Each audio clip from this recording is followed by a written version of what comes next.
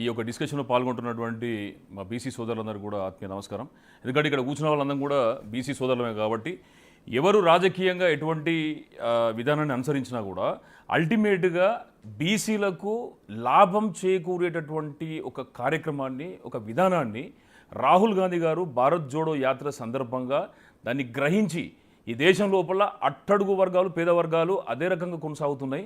సంపన్నులు ఇంకా సంపన్నులుగా మారుతున్నారు.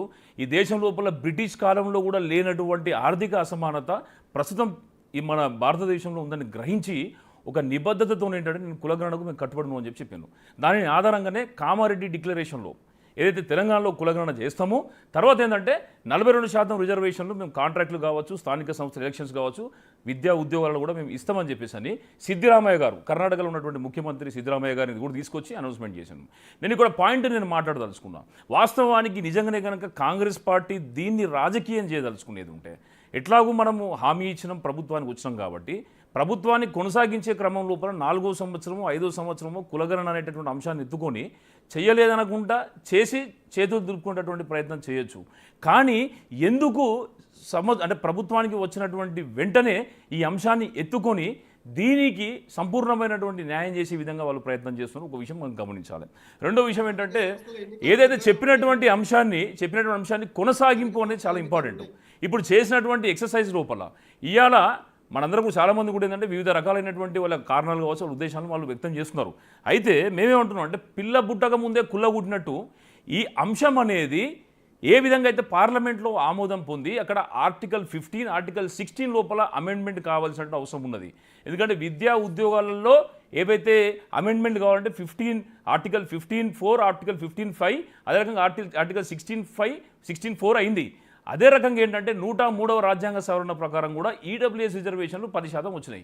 ఇందిరా సహాని కేసు ఏదైతే 1992 వర్సెస్ ఇండియన్ గవర్నమెంట్ అయినప్పుడు అక్కడ చెప్పినటువంటి విషయం ఏంటంటే 50% సీలింగ్ దాటద్దని చెప్పేసి.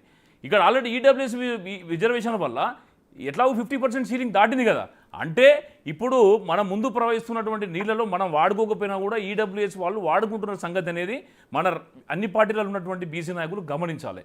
ఇప్పుడు జరగాల్సిన పని ఏంటంటే ఇవాళ తెలంగాణ గవర్నమెంట్ ఇచ్చిన మాట ప్రకారం ప్రతిష్టాత్మకంగా ఒక ఏదైతే బీసీ డెడికేటెడ్ కమిషన్ ఏర్పాటు చేసి కులగణన సర్వే చేసి దాన్ని టేబుల్ చేసి ఇవాళ ఆమోదింపజేసింది. అన్ని పార్టీలు కూడా దానికి మద్దతు ఇచ్చినాయి.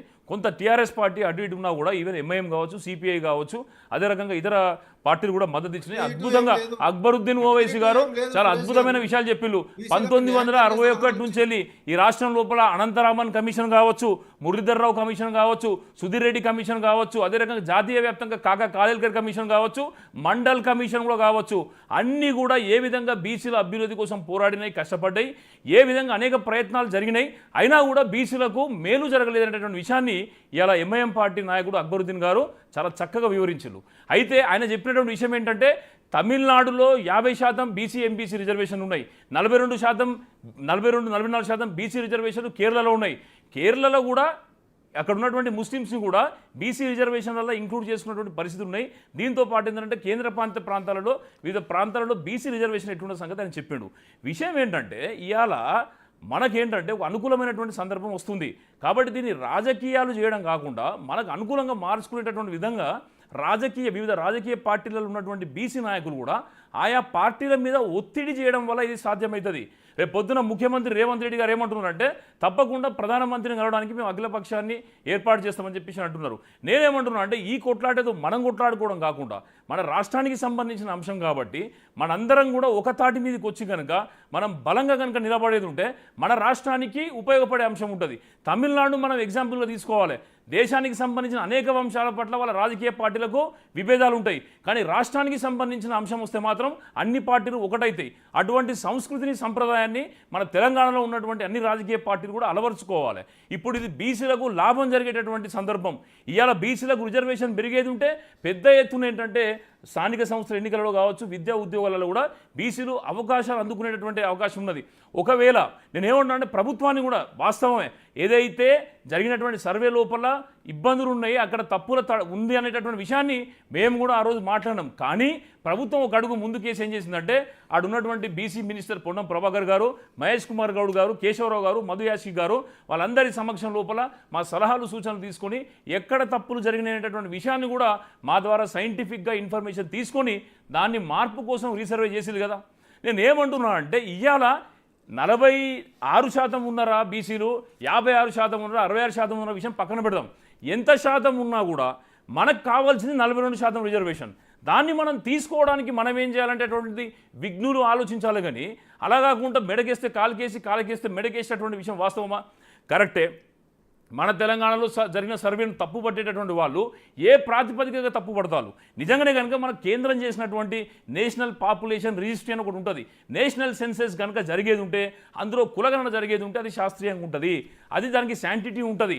అది ఉండేది ఉంటే ఆ డేటాను ఈ డేటాను రిఫరెన్స్గా మనం చేసుకునేది ఉంటే ఏది కరెక్ట్ అనేటటువంటి విషయాన్ని మనం చెప్పొచ్చు. అది జరగకుండా తప్పు పట్టడం చాలా సింపుల్ కదా. రెండో విషయం ఏంటంటే మనం నవ్వేవాడి ముందంటే మనము ఏది మనం జారిపడ్డట్టు చేయకుండా మనం ఏంటంటే దీని ఒక సంయమనంతో ఆల్ పార్టీ మీటింగ్ని ఢిల్లీకి వెళ్ళే కంటే ముందు ముఖ్యమంత్రి గారు భట్టి గారు కూడా మన రాష్ట్రంలో కూడా అన్ని పార్టీలతో అఖిలపక్షం ఏర్పాటు చేయాలి, అన్ని ప్రజా సంఘాలతో కూడా అఖిలపక్షం ఏర్పాటు చేయాలి.